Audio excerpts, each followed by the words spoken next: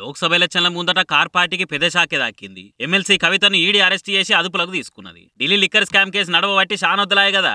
ఇవాళ ఢిల్లీకి వెళ్లి సెర్చ్ వారెంట్ పట్టుకొని 12 మంది ఆఫీసర్లు 4-5 గంటల మీదనే ఆమె ఇంట్లో చెకింగ్లు చేసిరు. పోయిన 10 ఏళ్ల పైసలు ఏవేవి ఎటు పోయినాయి, ఎటు మలినాయి అని అన్ని లెక్కలు తీసి కొన్ని కాగితాలు కవిత ఫోన్లను సీజ్ చేసిరు. కవిత అరెస్ట్ అని తెలియగానే కార్ పార్టీ లీడర్లు కారాలు మిరియాలు నూరుతున్నారు. ఇక ఎలక్షన్లు రాబోతున్నాయి కాబట్టి ఇప్పుడు ఇట్లా కావాలని అరెస్ట్ చేసిరు అని చెప్పబట్టిరు. ఇంకో దిక్కు ముచ్చట తెలియగానే కవిత ఇంటికి వచ్చిరు కేటీఆర్, హరీష్ రావు. కానీ ఆఫీసర్లు లోపలికి పోనీకే పర్మిషన్ లేదనే వరకల గేట్ కానే ఉన్నారు. వాళ్ళు ఇంకా కడమ లీడర్లు సెంట్రల్ సర్కార్ కు ఈడీ ఆఫీసర్లకు వ్యతిరేకంగా నినాదాలు చేసిరు. అటంగా కేటీఆర్ కు పర్మిషన్ ఇస్తే లోపలికి పోయిండు. అరే ఓ దిక్కు సుప్రీంకోర్టులో కేసు నడుస్తుంటే మీరు వచ్చి ఎట్లా అరెస్ట్ చేస్తారు? ఇలా శుక్రవారము రేపెల్లుండి కోర్టుకు సెలవు, ఇవన్నీ లెక్కేసుకునే కదా అరెస్ట్ చేస్తున్నారు. ఇవన్నిటికీ మీరు సుప్రీంకోర్టులో సమాధానం చెప్పుకోవాల్సి వస్తుంది చూడురు మరి అనుకుంటా కేటీఆర్ కూడా ఆఫీసర్లతో పంచాయతీ పెట్టుకున్నాడు. ఓ దిక్కు మోడీ హైదరాబాద్ వచ్చుడు, ఇవాళనే ఇంకో దిక్కు కవిత అరెస్ట్ అవుడుతోని ఇదంతా కమలం పార్టీ కసి పెట్టుకొని చేస్తుంది అని కార్ పార్టీలు నోరు వెంచి అంటుండే వరకలా కిషన్ రెడ్డి కౌంటర్ ఇచ్చిండు. మాకేమెక్కరయ్యా అరెస్ట్ చేయ? ఢిల్లీ లిక్కర్ కేసులో ఎసొంటి తప్పు చేయనప్పుడు కవితకి ఎందుకు భయం? అయినా ఇన్ని దినాలు ఈడీ విచారణకు సపోర్ట్ చేయకుండా ఎందుకు తప్పించుకున్నది?